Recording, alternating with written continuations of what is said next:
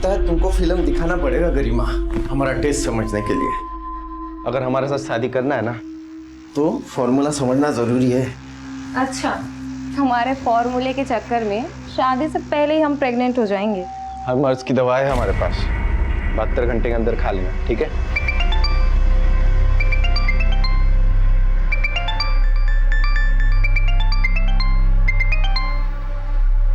Hello, हाँ भैया। कहाँ है तू? वो हम सोचे आज इतना अच्छा दिन है, दुकान की मुहूर्त के पहले देवी का दर्शन कराए। हमको मालूम है तुम कौन सा देवी का दर्शन करने गए हो। 10 मिनट में नहीं पहुंचे ना तो हमारा विकराल दर्शन करोगे। हाँ भैया पहुंच रहे, बहुत जल्दी पहुंच रहे, ठीक है?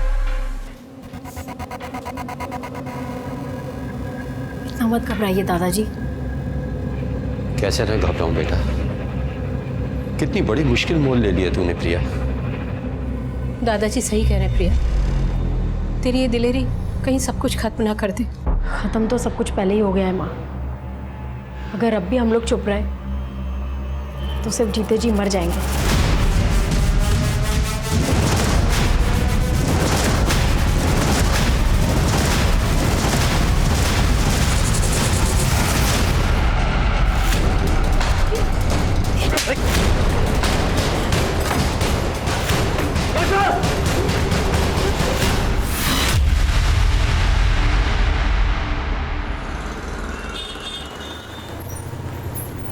ले आ गया।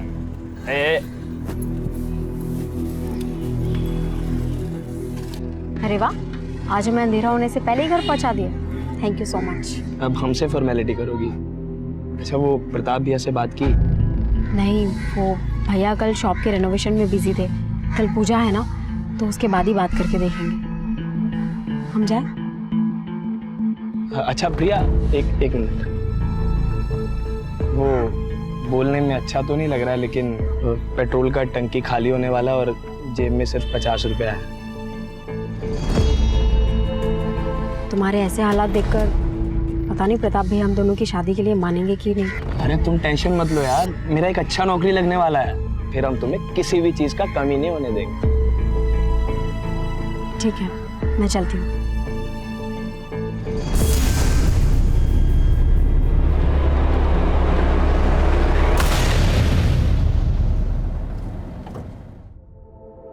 प्रताप भैया, हम ग्राहक लोगों का कॉम्प्लीमेंट्री तैयार कर लिए हैं।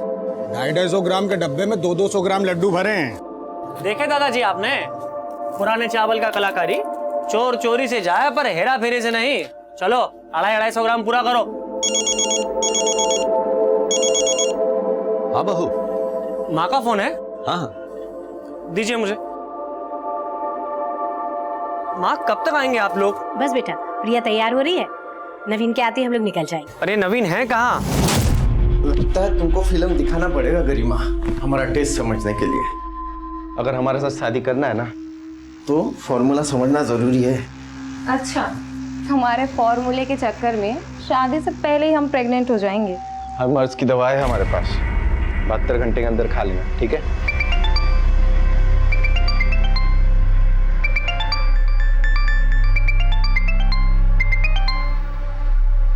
हेलो, हाँ भैया। कहाँ है तू? वो हम सोचे आज इतना अच्छा दिन है, दुकान की मुहूर्त के पहले देवी का दर्शन कराए। हमको मालूम है तुम कौन सा देवी का दर्शन करने गए हो। 10 मिनट में नहीं पहुंचे ना तो हमारा विकराल दर्शन करोगे। हाँ भैया पहुंच रहे, बहुत जल्दी पहुंच रहे, ठीक है? नवीन का इंतजार करोगे तो सुबह से शाम हो जाएगी। पूजा शुरू करते हैं, आता रहेगा वो। हाँ। अरे तुम अपने दीदी जीजा जी को नहीं बुलाओगे तो क्या हम नहीं आएंगे? हाँ वैसे भी तुम लोगों के बिना परिवार अधूरा ही है। पर निमंत्रण फिर भी नहीं दी। अरे जीजा जी, अपनों को निमंत्रण दिया जाता है क्या? वही तो हम कह रहे हैं प्रिया, पापा के जाने के बाद दुकान का तो कबाड़ा ही हो गया था, पर अब तो दुकान काफी अच्छा जमा ली हो प्रताप, अब तो बिक्री बहुत होगी।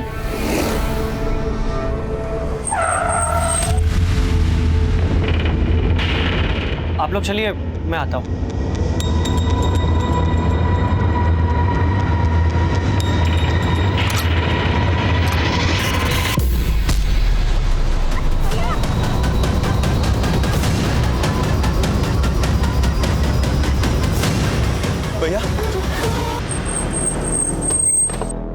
नमस्कार। मैं senior inspector Abhimanyu Jindal, crime petrol Dastak में आप सभी का स्वागत करता हूं। जब ये केस मेरे सामने आया तब मैं एक ऐसे एरिया में पोस्टेड था जहां पर लॉ एंड ऑर्डर रोजाना ताक पर होता था। यह केस मेरे लिए और भी चैलेंजिंग था क्योंकि मेरी ही टीम का एक सदस्य इस केस में शहीद हुआ था और मेरी ही टीम के पुलिस वाले शक के दायरे में भी थे।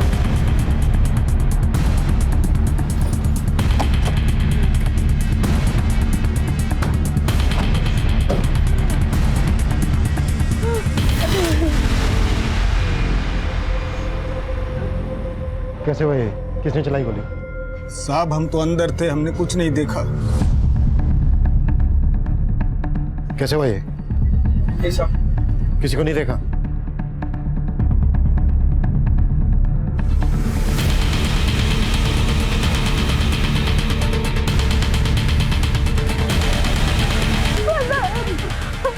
कोई कुछ नहीं बोल रहा सर, ताला लगाए बैठे हैं सब लोग जुबान पे। राणा ही सबकी जबान पर ताला लगा कर गया हो। उसके डर की वजह से कोई कुछ नहीं बोल रहा है। फैमिली भी डर रही है उससे।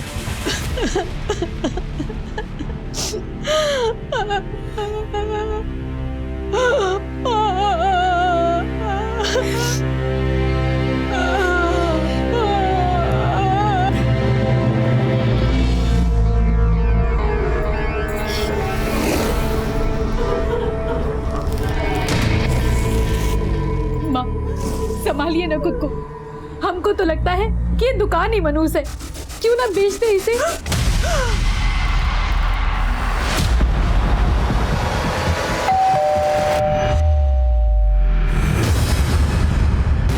ब्रिजमोहन जी, हम अच्छी तरह से जानते हैं कि आपके पोते प्रताप पर गोली राणा ने चलाई। कोई डर की वजह से सामने नहीं आ रहा है, गवाही नहीं दे रहा है।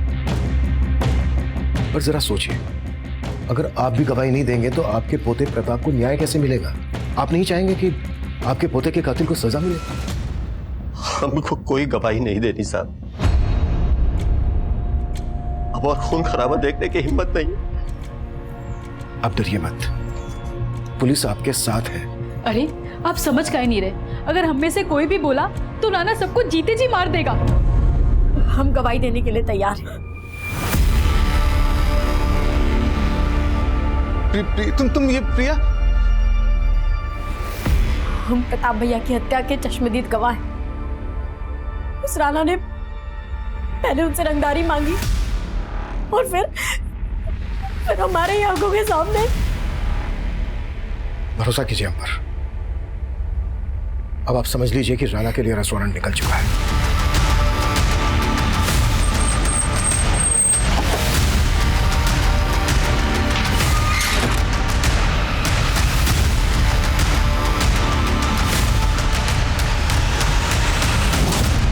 प्रिया के परिवार को सुरक्षा और इंसाफ का भरोसा देने के लिए हमने उन्हें पुलिस प्रोटेक्शन दी। हमने हमारी ही टीम के 2 कांस्टेबल नीतीश पांडे और अरविंद उपाध्याय को उनके घर पर तैनात कर दिया। प्रिया, हम तुमसे मिलना चाहते हैं। हम जानते हैं तुम घर से बाहर नहीं निकल पाओगी, लेकिन क्या हम आ जाएं तुम्हारे घर दीपावली पे?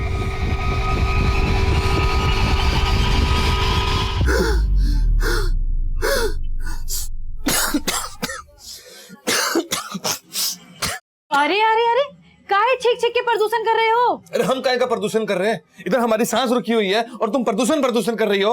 तो अब क्या तुमको ऑक्सीजन चढ़वाएं? हमको ऑक्सीजन तभी मिलेगा जब तुम अपने मईके से हिस्सा लोगी। तुमको मालूम है हमारे ऊपर कितना कर्जा है? तुम्हारा कर्जा ना तुम खुद देखो। हम जो लाएंगे ना उसका हम EPHD करवाएंगे और तुमको नॉमिनी भी नहीं बनाएंगे। तुम्हारा क्या भरोसा, कल को हमें ऊपर पहुंचा दिए तो?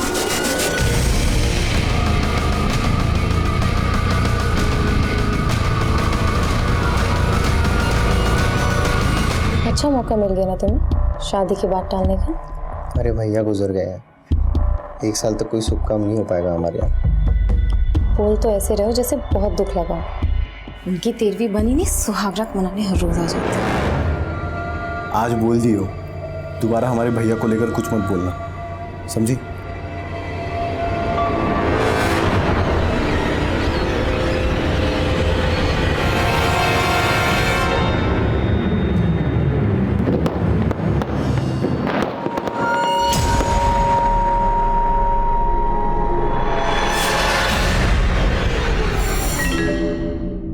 त्योहार के दिन आंसू नहीं बहाते बहू। माना प्रताप हमारे साथ नहीं है, लेकिन प्रिया ने दिखा दिया बेटी बेटों से कम नहीं। दादाजी, हमको पता है कि आप सभी को हमसे बहुत शिकायतें रही हैं, लेकिन अब हम बदल गए हैं। वो तो वक्त ही बताएगा बेटा। वक्त अच्छा ही होगा माँ। मैंने नवीन को सब कुछ समझा दिया है। मैं और नवीन मिलकर पापा की दुकान फिर से चलाएंगे, और देखना प्रताप भैया का सपना जरूर पूरा होगा। आई प्रॉमिस दीदी।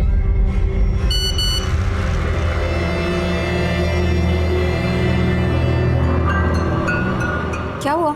किसका मैसेज है? कुछ नहीं दीदी, वो फ्रेंड्स लोगों के ग्रीटिंग मैसेज है दिवाली के। अच्छा दीदी, हम सोच रहे थे थोड़ा बाहर जाके आते हैं। कहाँ जा रहा है? मिठाई लाने। हमें थोड़ा शगुन जरूर करना चाहिए, भैया की आत्मा को शांति मिलेगी। आते हैं। Happy Deepavali. Same to you.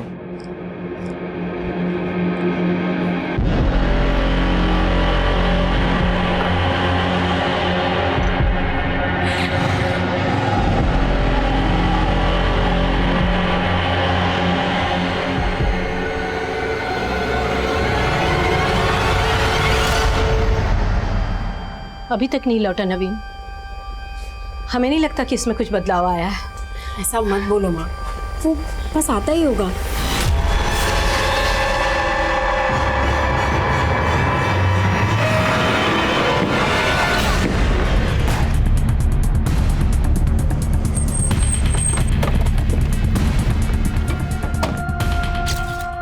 Sir, हमको जाना ही नहीं चाहिए था सर। तुम गए कहाँ थे? सर, हम दोस्तों को दिवाली का गिफ्ट देने गए थे सर। सब आपका गलती है सर। आप इंसाफ दिलाने का भरोसा दिलाए थे और अब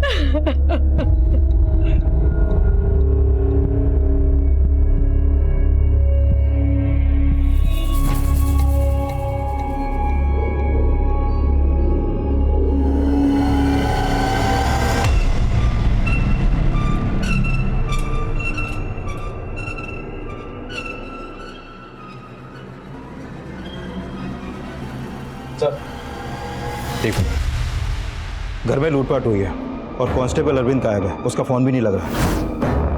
होना तो नहीं चाहिए, लेकिन मुझे लग रहा है कहीं ना कहीं ये अरविंद भी राणा से मिला हुआ है। इस अरविंद का जल्द से जल्द पता करो और राणा के जितने आदमी भी फरार हैं सब पर शिकंजा कसने की कोशिश करो, वरना डिपार्टमेंट की बहुत किरकिरी होने वाली है।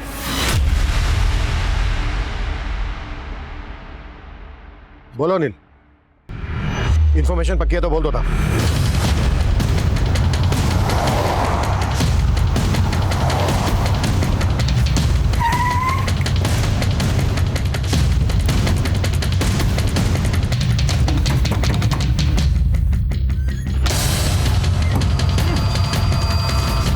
क्या रे भीमा, तेरा राणा जेल में सड़ रहा है और तू अंडरग्राउंड में सड़ रहा है। अब तो भी जिंदगी भर जेल में ही सड़ने वाला है। इससे ज्यादा वक्त मत लगा, जो भी सच है बोलते हैं। नहीं साहब, हमने दिवाली हमारे घर ही मनाए थे। लेकिन पटाखे प्रताप के घर फोड़े, 4 मर्डर, हमारा एक कांस्टेबल गायब। हमारे कांस्टेबल के साथ क्या टांका भिड़ा था तेरा? नहीं साहब, हमारा किसी से कोई टांका नहीं भिड़ा था। हम सच बोल रहे सर, हमने कुछ नहीं किया। सर, मैंने कंफर्म किया, भीमा और उसके साथी दिवाली वाली रात अपने घर में ही थे। अब उन्होंने किसी और को भेजा हो ये वो उगल नहीं रहा। अगर इतना पिटने के बाद भी वो कबूल नहीं कर रहे हैं तो फिर दिवाली वाली रात हुए हमले में किसका हाथ हो सकता है? सर, अभी तक अरविंद की भी कोई लीड नहीं मिली है। कोई उसको भी मार के गायब तो नहीं कर दिया? अगर ऐसा है तो फिर इतना सोचा समझा प्लान राणा और उसके आदमी के अलावा कौन बना सकता है? सर, घर में लूट भी हुई थी और जिस तरह का आतंक राणा के इस एरिया में फैला हुआ है, मुझे लगता नहीं है कि उसके गैंग के अलावा ये कांड कोई कर सकता है।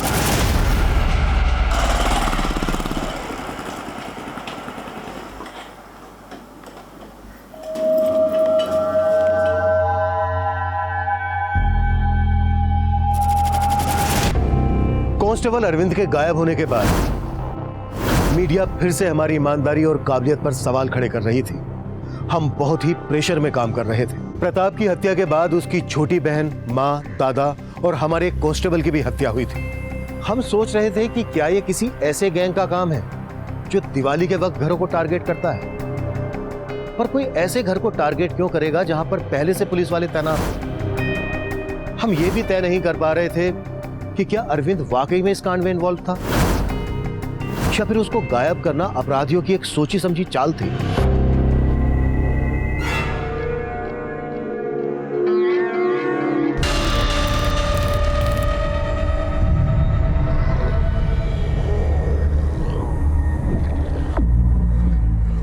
गहने दिखा के काहे हमको जला रही हो? तुम ना अपना नजर हमारे गहने पे मत डालो। संध्या, पिछले कई दिनों से हम तुमको देख रहे हैं। जैसे जैसे तुम्हारे घर वाले कम होते जा रहे हैं ना, वैसे वैसे तुम्हारे दिल में हमारे लिए प्यार कम होता जा रहा है। क्या बात है, कोई और मिल गया है क्या?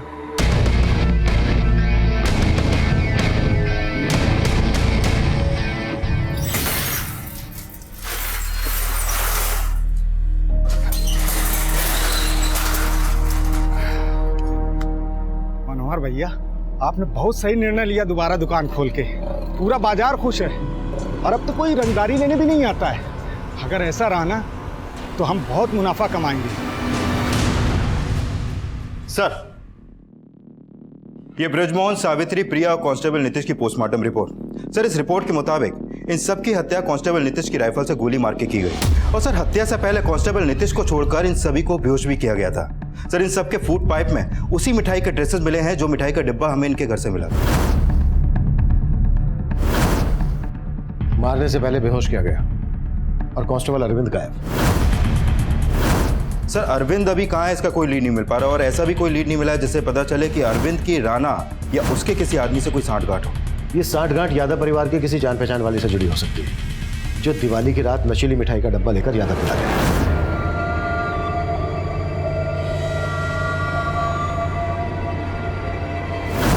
अनिल, नाथू स्वीट्स पर पता करो कि यादव परिवार या अरविंद की कोई जान पहचान वाला मिठाई खरीदने गया था क्या, और अरविंद की बीवी पर भी नजर रखो। अगर हमें अरविंद मिल गया तो इस केस की गुत्थी साफ हो जाएगी। मिठाई की जिस दुकान से मिठाई खरीदी गई थी वहां पर सीसीटीवी नहीं था। फिलहाल हमें वहां से कोई लीड नहीं मिल रही थी। हमारी रडार में यादव परिवार और उससे जुड़े लोग ही नहीं, बल्कि कांस्टेबल अरविंद की बीवी मालती भी थी। और अब ऐसे अपराध की योजना बनाई जा रही थी जिसकी हमने कल्पना तक नहीं की थी।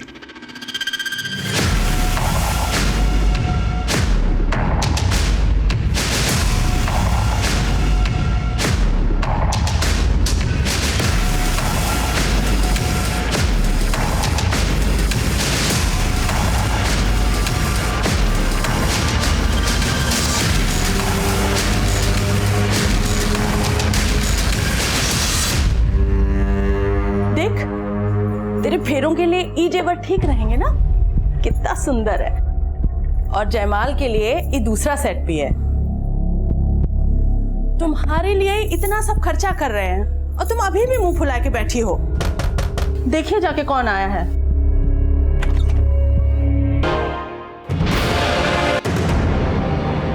सब प्रिया के कॉल रिकॉर्ड में एक मोहित नाम के लड़के का नंबर मिला है। मोहित और प्रिया की फोन पर काफी बातें होती थी, और दिवाली वाले दिन इस मोहित को प्रिया के घर में जाते हुए भी देखा गया है।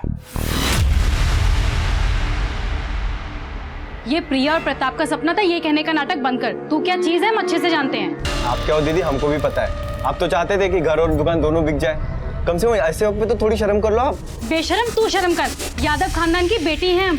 उस घर में और इस दुकान में हमारा बराबर का हिस्सा है। जब तक बंटवारा नहीं हो जाएगा तेरे जीजाजी भी इस गले में बैठेंगे। माना कि प्रिया के घर वाले हमारी शादी के खिलाफ थे, लेकिन प्रिया हमसे बहुत प्यार करती थी। प्यार करती थी या फिर तू ब्लैकमेल कर रहा था उसे? अरे साहब, आप क्या बात कर रहे हैं साहब? प्रिया तेरे अकाउंट में पैसे जमा क्यों करती थी? बिना शादी किए दहेज मांग रहा था उससे? नहीं सर, हम जरूरतमंद थे इसलिए प्रिया से उधार ले रहे थे। और उसे मरने के बाद उधार चुकाने का टेंशन खत्म। दिवाली के दिन उसके घर गया था ना, तू गया था ना? हाँ सर, वो प्रताप भैया की हत्या के बाद से हम उससे मिल नहीं पा रहे थे, इसलिए हमने सर प्रिया से रिक्वेस्ट की थी उसके घर जाने के लिए, और सर बस मिलने गए थे उससे। कौन हो तुम? सर हम दोस्त हैं प्रिया के। क्या बात? सर वो आने दीजिए। सर हम वहाँ बस 15-20 मिनट रुके और वहाँ से निकल गए। नाथू स्वीट्स का डब्बा देने गया था ना तू? नाथू स्वीट्स? इतना शाना मत बन। दिन में गया तो नशीली मिठाई देने और रात को गया मर्डर करने। ये बोल किसके कहने पर किया ये सब? और हमारे कांस्टेबल अरविंद से क्या कनेक्शन है तेरा? नहीं सर, ऐसा कुछ नहीं है जैसा आप सोच रहे हैं सर। और सर मैं तो उसके घर पे कोई मिठाई भी नहीं लेकर गया था सर। हाँ सर, हम मोहित को जानते हैं। मोहित और प्रिया दीदी का अफेयर था और प्रिया दीदी मोहित के साथ शादी भी करना चाहती थी, लेकिन प्रताप भाई और घर वालों को मोहित पसंद नहीं था। क्यों पसंद नहीं था? सर मोहित कमाता नहीं है और संध्या दीदी की तरह प्रिया दीदी की शादी घर वाले ऐसे लड़के के साथ नहीं करना चाहते थे। ऐसे लड़के से? ऐसे लड़के से क्या मतलब है तुम्हारा? सर संध्या दीदी ने आलोक जीजा के साथ लव मैरिज की थी और जीजा कभी काम कर ही नहीं पाए, जबकि प्रताप भैया ने कितनी बार उनका काम सेट करने के लिए उनको पैसे भी दिए थे। अगर तुम्हारे घर वाले प्रिया और मोहित के रिश्ते के खिलाफ थे तो फिर दिवाली वाले दिन मोहित तुम्हारे घर क्यों गया? सर मोहित हमारे घर पे? हाँ, दिवाली वाले दिन मोहित को तुम्हारे घर जाते हुए देखा गया था और दिवाली की देर रात तक तो तुम अपनी फैमिली के साथ थे। हाँ सर, लेकिन दिन में मोहित हमारे घर पे आया था, इसके बारे में हमको नहीं पता सर। शायद हम वहाँ पे थे ही नहीं उस वक्त। सर अदनाबाग के घर में 2 मर्डर हुए हैं। उस घर के पड़ोसियों ने अभी कंट्रोल रूम में कॉल किया था।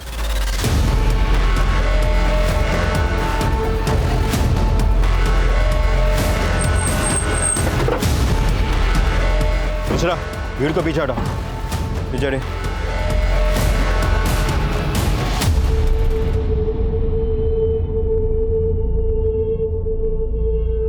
अनिल, देखो कुछ मिलता है क्या? साहब मिश्रा, वहां देखो।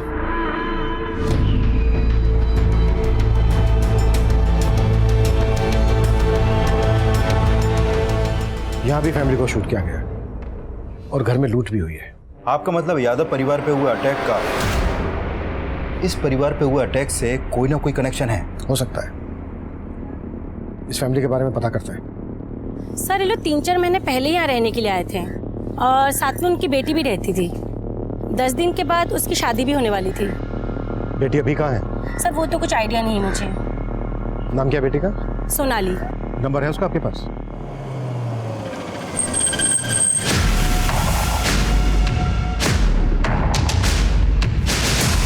सर सोनाली की शादी 10 दिन बाद ही होने वाली थी। हो सकता है वो इस शादी के खिलाफ और अपने बॉयफ्रेंड के साथ। कहानी कुछ भी हो सकती है। पहले लड़की के बारे में पता करो, उसके कॉल रिकॉर्ड्स और एक्टिविटीज चेक करो।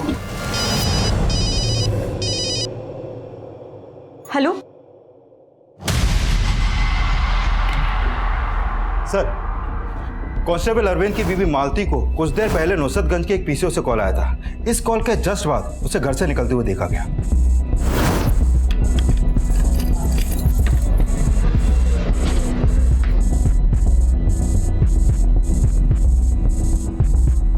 और अपने घर से फिर वो नुसरतगंज की तरफ गई। हो सकता है वो कॉल उसे अरविंद ने किया हो और वो वहां अरविंद से मिलने गई।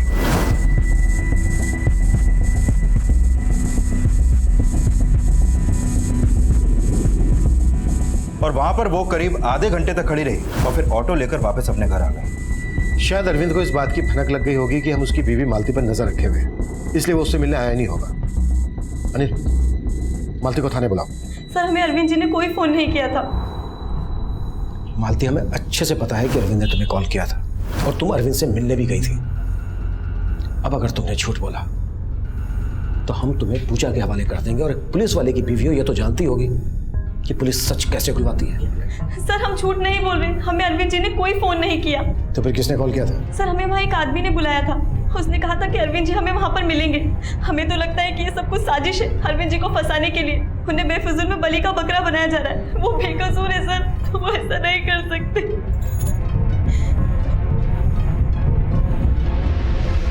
सर उस पीसीओ के आसपास तो कोई सीसीटीवी नहीं मिला।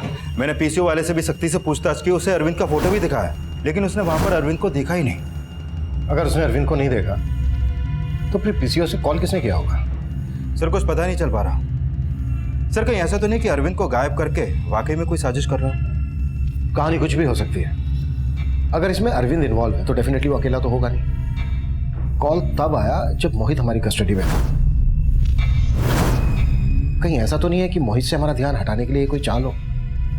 इनसे मोहित तो कुछ नहीं उगल रहा है, लेकिन से मोहित के अलावा प्रिया की बड़ी बहन संध्या और उसके जीजे आलोक के बारे में नवीन ने जो कहानी सुनाई उसमें सच्चाई तो है। उन दोनों की नजर यादव फैमिली की जायदाद पर है।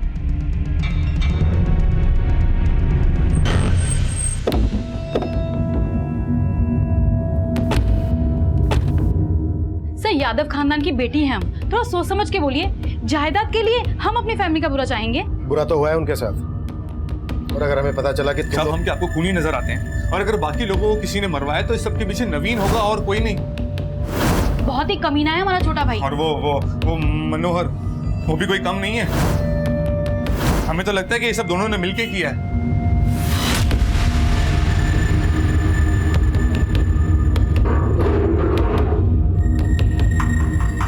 मनोहर बाबू, सुना है दुकान में घपला करने के आरोप में आपको दुकान से निकाल दिया गया था, और घपले के उसी पैसों से आपने अपनी एक मिठाई की दुकान खरीदी। और वो कहते हैं ना, हराम का पैसा ज्यादा फलता नहीं है, इसलिए 6 महीने में आपकी दुकान बंद हो गई। अरे क्या कर रहे हैं साहब? अगर हम हेरा फेरी करते तो प्रताप भैया हमें दोबारा अपनी दुकान में काहे रखते? यही चूक तो हुई प्रताप से, उसने अपनी फैमिली के खिलाफ जाकर तुझे काम पे रखा, और प्रताप के मरते ही उसकी फैमिली को खत्म करके उसके धंधे को हड़पने का तूने प्लान बना दिया। साहब ये तो गलत इल्जाम लगा रहे हैं हमारे ऊपर। माना कि हम गले से हाथ साफ करते थे, लेकिन बंदूक से खून खराबा ये हमारे बस की बात नहीं साहब। लेकिन हाँ, ये काम अगर कोई कर सकता तो शायद नवीन बाबू कर सकते हैं। मालूम था मुझे तो यही नाम लेगा। साहब हम ऐसे ही थोड़ी ना बोल रहे हैं, आए दिन उनका सुबह शाम तक फोन बजा करता था और चुप चुप के बातें करते थे साहब। आप लोगों के डर से किसी को बोल रहे थे कि हम नया नंबर लेंगे।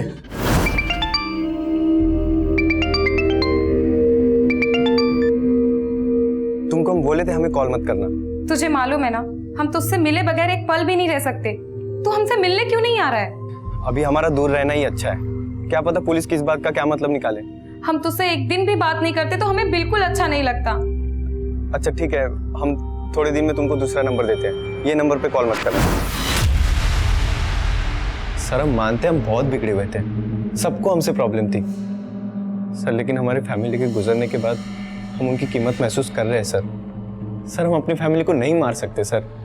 दिवाली की रात कहाँ थे तुम? सर होते तो आज हम आपके सामने नहीं होते। गए कहाँ थे? सर वो गए कहाँ थे? सर हम अपनी गर्लफ्रेंड से मिलने गए थे। किससे? इससे? गरिमा से? सर लेकिन ये आप, इसने तुम्हें दिवाली वाली रात ही क्यों मिलने के लिए बुलाया? सर वो मैं बता देता हूँ, तुम्हारी एलिबाई स्ट्रॉन्ग करने के लिए। तुम लोगों का प्लान था। सर कोई प्लान नहीं था सर, लेकिन हम तो कभी नवीन के फैमिली से मिले तक नहीं। अब मिलना ही क्यों है? क्योंकि नवीन से शादी करने के लिए अब तुम्हें किसी से परमिशन लेने की जरूरत ही नहीं है।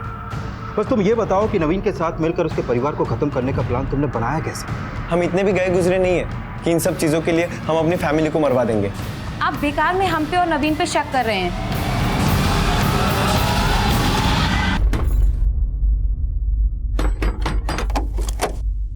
कहाँ गए थे?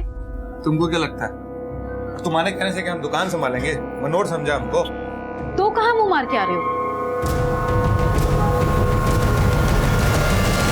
सर बैलिस्टिक रिपोर्ट आ गई है और कंफर्म हो गया है कि सोनाली के पेरेंट्स को उसी राइफल से शूट किया गया जो कांस्टेबल अरविंद और नीतीश को दी गई थी। इसका मतलब हमारा अंदाजा बिल्कुल सही था, प्रताप की फैमिली का मर्डर करने वाला इस फैमिली से कनेक्टेड है। लेकिन सर सोनाली और उसकी फैमिली का यादव फैमिली से कोई कनेक्शन दिख नहीं रहा है। लेकिन किलर का कनेक्शन है, और कांस्टेबल अरविंद अभी तक नहीं मिला है। अब अरविंद का मिलना हमारे लिए और ज्यादा जरूरी हो गया है। लेकिन सर अभी अरविंद कहाँ है इसका कोई लीड नहीं है हमारे पास। अरविंद यहाँ से पहले दरभंगा में पोस्टेड था, हो सकता है वहां के किसी लोकल आदमी या पुलिस से जुड़े किसी आदमी से उसे खबर मिल रहा हो, इसलिए लीड नहीं मिल रही हो। अपने सारे खबरियों को सही से ब्रीफिंग दो, ऐसी इंफॉर्मेशन आसानी से नहीं मिलती है। Right sir.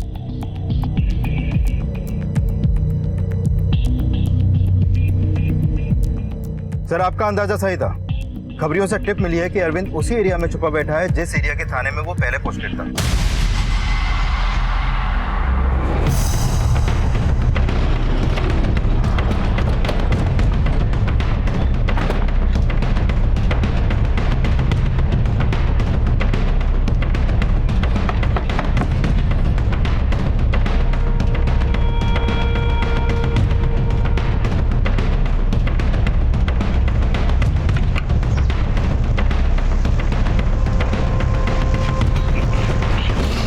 मैंने किसी से कोई रिश्वत नहीं लिया सर, उन मर्डर से मेरा कोई लेना देना नहीं है सर। तू गायब था, तेरी और नीतीश की राइफल्स गायब, और उन्हीं राइफल से अब 2 और मर्डर होते हैं। तू सोच रहा है कि हम तेरा विश्वास कर ले? विश्वास तो उस रात का भी आप नहीं करते, क्योंकि मैं वहां तैनात था, इसलिए मैं भाग गया था सर। तू इसलिए भागा क्योंकि तू इन्वॉल्व है? सर मैं इन्वॉल्व नहीं हूँ सर, बस मैं सर ये गलती हो गई थी। जब उस रात में ड्यूटी में था तो मुझे एक काम याद आ गया। नीतीश जी, हमें अपनी वाइफ के लिए थोड़ा सामान लाना पड़ेगा, नहीं तो उसकी दीपावली की पूजा नहीं होगी। अब दीपावली की बात है, हम क्या बोलें, जाइए लेकिन थोड़ा जल्दी आ जाइएगा। आप चिंता मत कीजिए, बस हम गए और आए, ठीक है? थोड़ा ध्यान रखिएगा। हाँ ठीक। सर मैं अपनी राइफल वहीं रख के दीपावली का सामान लेकर अपनी बीवी को देने गया था। देखे जब मैं वापस आया तो देखा कि नीतीश,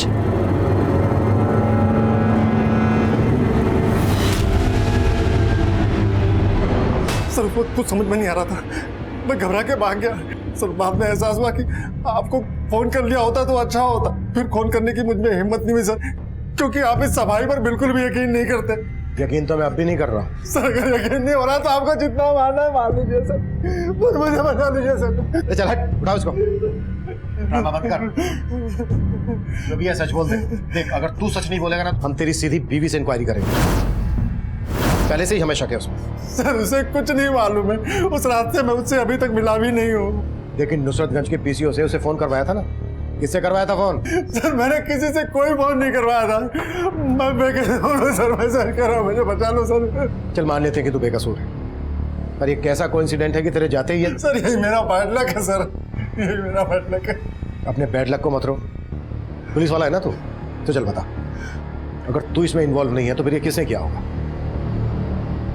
घर में नाथू स्वीट्स का मिठाई का डब्बा मिला है और मिठाई में नशीली दवा मिली हुई थी। अब तू ये बता कि तेरे होते हुए वहां कौन ऐसा आता था जो तुझे ठीक ना लगा हो? सर दीपावली से कुछ दिन पहले 2 आदमी आए हुए थे। कौन? सर मैं बीड़ी पीने बाहर गया हुआ था, वापस आया तो देखा तो। नीतीश, ये अंदर कौन आया है? प्रताप यादव के दोस्त लोग हैं। दिखते कैसे थे वो तो? सर वो लोग अंदर थे, मैं उनका चेहरा नहीं देख पाया सर, और मैं कोई कहानी नहीं बना रहा हूं सर, ये सच है। सर मैंने प्रताप के कॉल रिकॉर्ड में मौजूद सभी लोगों को खंगाला, लेकिन कोई भी ऐसा नहीं मिला जो इस कांड में शामिल हो। लगता है अरविंद झूठ बोल रहा है। नवीन को सर माँ ने बताया तो था कि प्रताप भैया के 2 पुराने दोस्त मिलने आए थे। प्रताप के साथ कॉलेज में पढ़ते थे, हम भी नहीं पहचानते थे। वो बोले कि वो यहाँ से शिफ्ट हो गए थे और अखबार में उन्होंने खबर पढ़ी तो मिलने आए थे। नाम क्या थे उन दोनों के?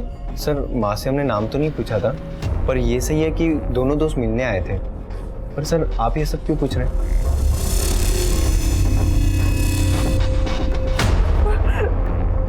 मेरे माँ को तुम मार दिया तुमने, मुझे भी मार दो।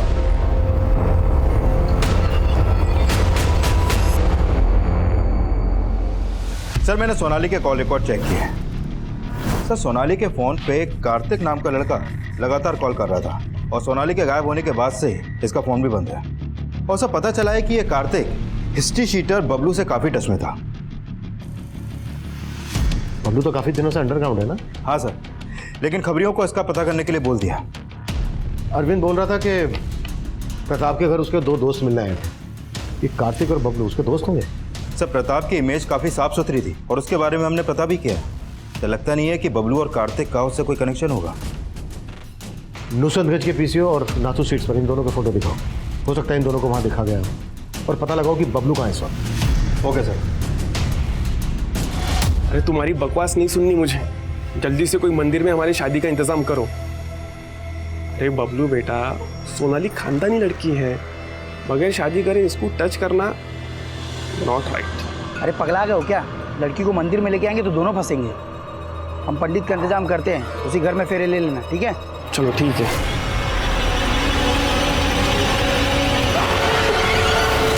सर ये बबलू और कार्तिक नाथू स्वीट्स पे देखे गए थे। वहाँ पे काम करने वाले वर्कर्स ने इनके फोटोज़ को आइडेंटिफाई किया। सर इन्होंने ही वहाँ से मिठाई खरीदी, और पता चला है कि नुसरतगंज के पीसीओ से कॉल बबलू ने ही किया था। सर बबलू का टिप तो नहीं मिला है, लेकिन कार्तिक के एक घर का पता चला है।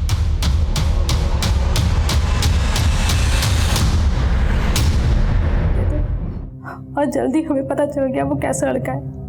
हमने उसे अवॉइड करना शुरू कर दिया, लेकिन सर वो हमारे पीछे ही पड़ गया। साहब उसे छोड़िएगा मत।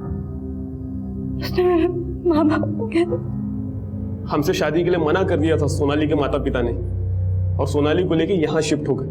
तब वहीं से हमने सोच लिया था कि दोनों को खत्म करके सोनाली को उठा लेंगे। इसलिए हमने बबलू के हाथों कट्टा मंगवाया था, लेकिन वो किसी काम का नहीं निकला। कहा नल्ली खरीद लाके साला एक गोली चलाते हैं जाम हो जाता है। कोई अच्छा सा पिस्तौल का बंदोबस्त नहीं कर सकते थे? अरे कहाँ से करें बंदोबस्त, माहौल बहुत टाइट है। पर हमको तो गन चाहिए था। एक दिन हमें एक घर के बाहर तो हवलदार देखे,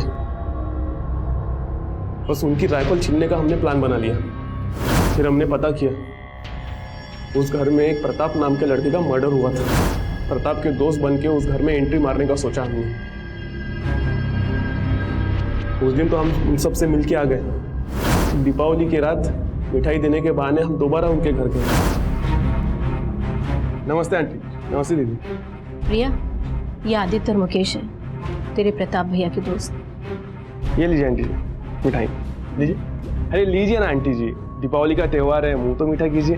लीजिए, प्रताप को खुशी होगी। लीजिए लीजिए, आप भी लीजिए।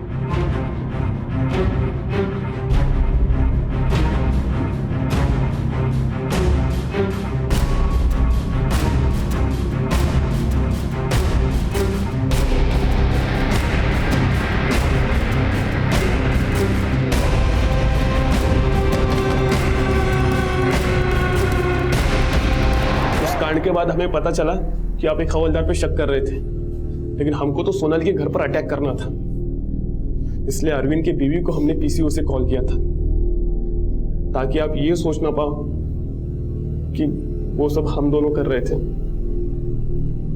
तुम जैसे क्रिमिनल जहां पर सोचना खत्म करते हैं ना, हम पुलिस वाले वहां से सोचना शुरू करते हैं, ताकि हम समझ ना पाए। अब सड़ना जिंदगी भर जेल में।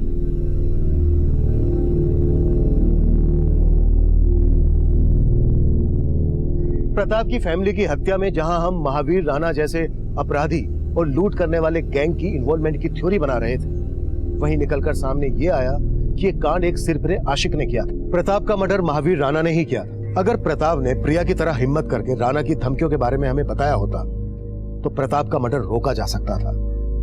और ये गलती सिर्फ प्रताप से ही नहीं हुई थी, बल्कि उस बाजार के दूसरे व्यापारियों से भी हुई थी जो चुपचाप राणा को रंगदारी दे रहे थे। प्रताप को खोने के बाद चूक प्रताप की फैमिली से भी हुई। उन्होंने कार्तिक और बबलू पर भरोसा कर लिया, उन्हें प्रताप का दोस्त समझ लिया। उनकी इस चूक और गलतफहमी में छलावे की दस्तक थी, लेकिन उन्होंने ये दस्तक महसूस ही नहीं की और अपनी जान गंवा बैठे। अब मैं सीनियर इंस्पेक्टर अभिमन्यु जिंदल आपसे विदा लेता हूं। आपसे फिर मुलाकात होगी एक नए केस के साथ। क्राइम पेट्रोल दस्तक, मकसद बताना नहीं, बचाना है।